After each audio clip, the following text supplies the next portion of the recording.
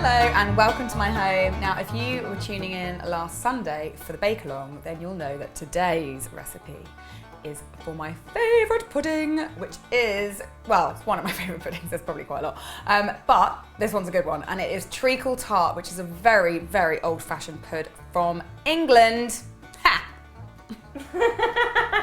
So this is one of the desserts I remember from my childhood because I inherited a very sweet tooth from my dad, and this was his favourite.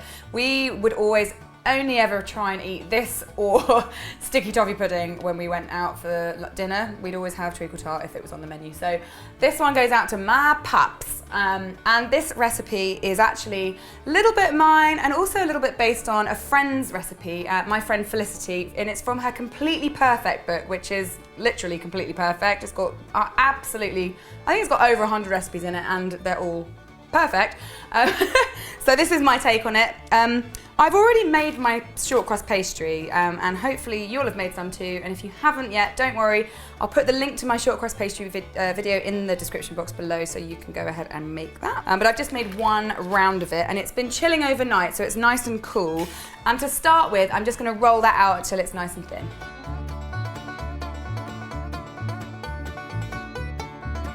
So as we're rolling to be a circle shape so it fits in the tin, I'm doing a little bit of rolling and then turning it a quarter just so that I don't make just one long thing.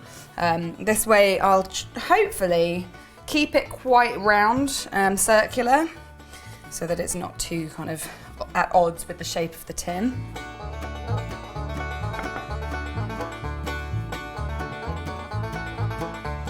So your pastry wants to be roughly 3 or 4 millimeters thick, and obviously big enough that it will go along the base of your tin and up the sides. And I'm using a 9-inch tin here, or 23 centimeters. So just to check, I'm putting my tin on top of my pastry and it is basically big enough. So now I can pop it in my tin.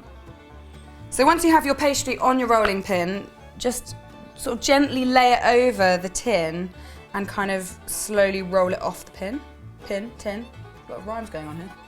And then once it's on, just ease it into the corners.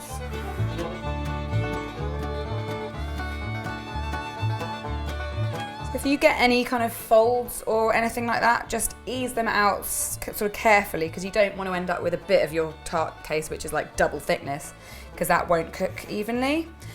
This is looking pretty good. So I'm just going to use the edge of my finger just to really push the corner bits into the corner of the tin. Now obviously we've got a bit of an excess here, of excess pastry, and there's a couple of ways you can deal with this. One is to sort of literally bake it on and then cut it off once it's baked. But what I'm going to do is just kind of cut it off now, but at the same time as cutting it, I'm going to try and raise the walls up of my sides of my tart so that if there's any shrinkage, I have dealt with that in advance.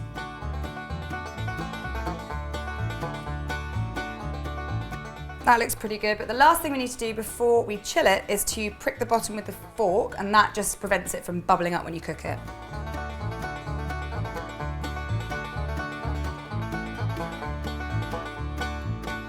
And then once you've pricked your bottom, you can put it into the fridge for about 20 or 30 minutes just to chill down.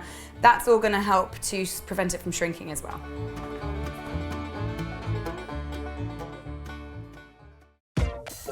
So my pastry case, it's not quite a case yet, but it is nice and chilled. So now I'm going to blind bake it. And if you've watched my short crust pastry video, you'll know what that is. It's basically where you bake the case. You kind of mostly bake it so that when you're baking a filling into the pastry case, it doesn't go all soggy and horrible. So in order to do that, what you need to do is weigh down your pastry. And so what people use for that is baking beans, lentils. I like to use rice, and I either use cling film or I'm going to use this bit of greaseproof paper which I have my pastry wrapped in because I don't want to waste it. So I've scrunched it all up and then opened it all out so that it's sort of pliable. So put that onto your pastry case. Obviously, hopefully it goes without saying, it needs to be big enough to completely cover all your pastry. And now we need to weigh that down, and I like to keep baking rice handy. I keep it in this big jar, and I can just bake this and bake this and bake this. I know it's not for eating because it's in this jar, it's special, but that way you're not just wasting rice and never using it again. So just fill that whole thing with rice. And once your rice is nice and tightly packed in your pastry, you can then bake. And the oven is already preheated at 170 degrees C. I'm using my fan oven.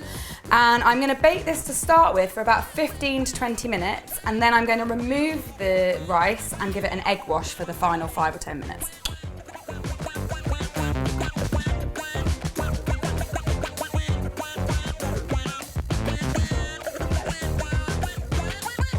So while you're blind baking your pastry case, you can start making the filling for this treacle tart. Now, if you've never had treacle tart before, you might be like, what the hell is treacle tart? Well, essentially, treacle tart is a very, very sweet, syrupy tart, which is mostly golden syrup and breadcrumbs. Funnily enough, most recipes, modern recipes, don't actually have treacle in it. But this is called treacle tart because in the old days, any kind of sugar byproduct like golden syrup would have been called treacle. So there you go. But my recipe, which is Felicity's recipe I've just copied, it also has some treacle in it, which is like a little nod to actual treacle.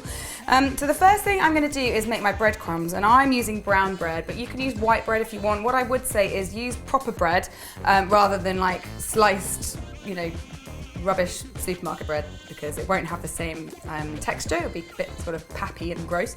And I actually left this loaf out overnight, so it's a little bit kind of drier and stale. Stale bread is the perfect kind of bread, so make sure you don't throw those ends away.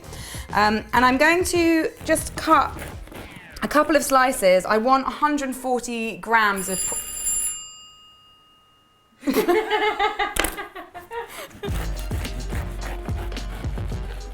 So I want 140 grams altogether, and I like to keep some of the crust on just for a little bit of texture, but if you want to get rid of all the crust, that's fine.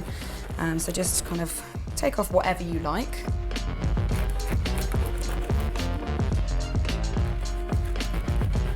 And then I have a bowl set on my weighing scales here, so I'm just going to see how much all of that weighs. So now I'm going to put this in my food processor, and if you don't have a food processor, then I would grate it using a cheese grater.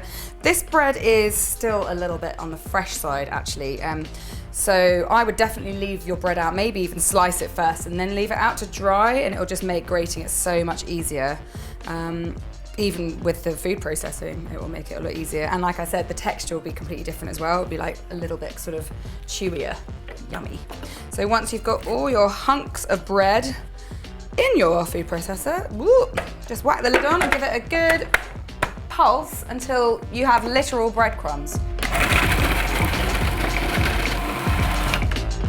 So that's my breadcrumbs. Now, don't waste your bits and bobs that you cut off. You could just eat them with loads of butter, which is what I'll probably do. Or you can make them into croutons, or at the very least, give them to the birds because they shouldn't go to waste. I've actually got a little bit left, so I might have a sandwich. So that's, that's my breadcrumbs taken care of. And now we need to make the syrup. So I've got myself a saucepan, and I'm gonna start by putting my butter in. So that was 60 grams of butter, just regular unsalted butter. And to that I'm going to add 400 grams of golden syrup, which is quite a lot, but this is a very special tart. And you're not going to eat the whole thing, so it's all right.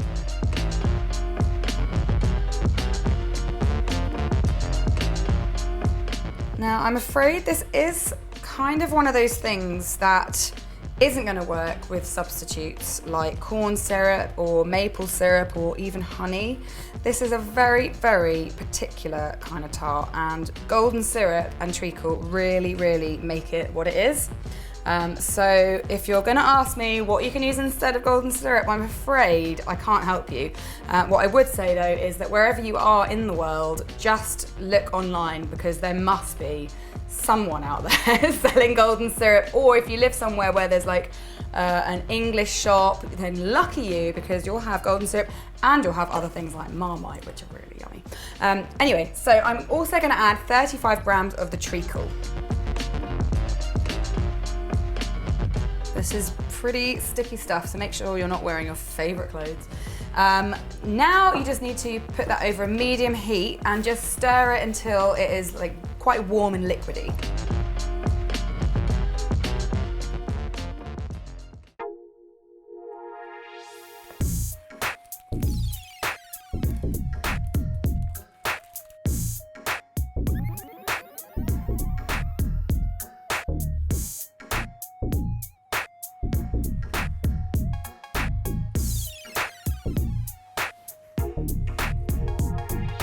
So that's my treacle and my golden syrup and butter melted together. Also, meanwhile, my pastry case has come out of the oven with its egg wash and all sorts. And the reason we do the egg wash is so that it gives a little bit of a seal between the wet liquid that's going in and the pastry, so it doesn't get very soggy. So this is nearly ready. I'm just going to add 2 tablespoons of double cream. And then I'm also going to add 1 whole egg and the yolk of an egg and beat it in.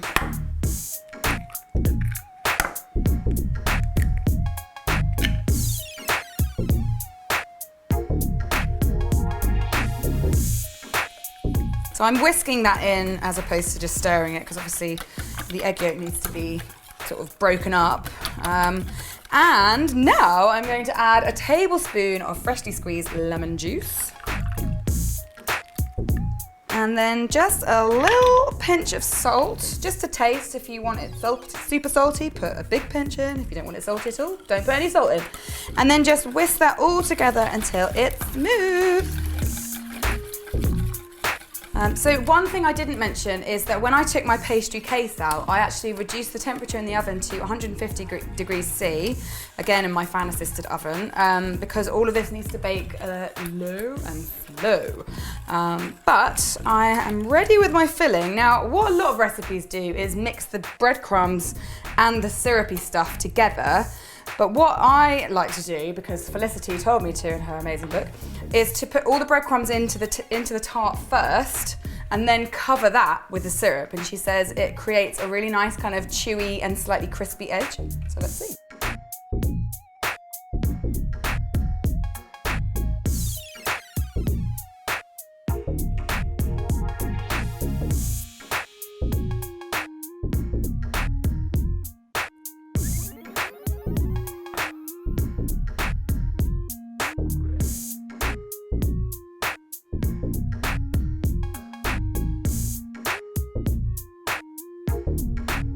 So make sure when you're pouring it over your breadcrumbs, you get every last bit of dry breadcrumbs so that it's all nicely soaking in. And when it's all in, you can bake it. So again, 150 degrees C for 15 to 20 minutes. It needs to be golden brown on the, obviously it's already golden brown, but the case needs to be golden brown and the inside needs to be set, but still a little bit jiggly. So here goes.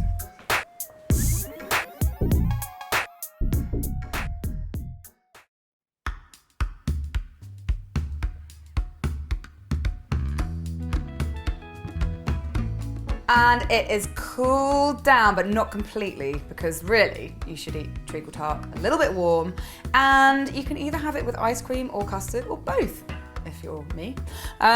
So I hope that you enjoyed that. Please give it a go. Make sure you take a picture and put it on Instagram using #CupcakeJemma so that I can see it. And I will be back next week with a masterclass, so make sure you're tuned in and make sure you subscribe to the channel and clicked on the notification bell so you don't miss anything. I'll see you later. Bye.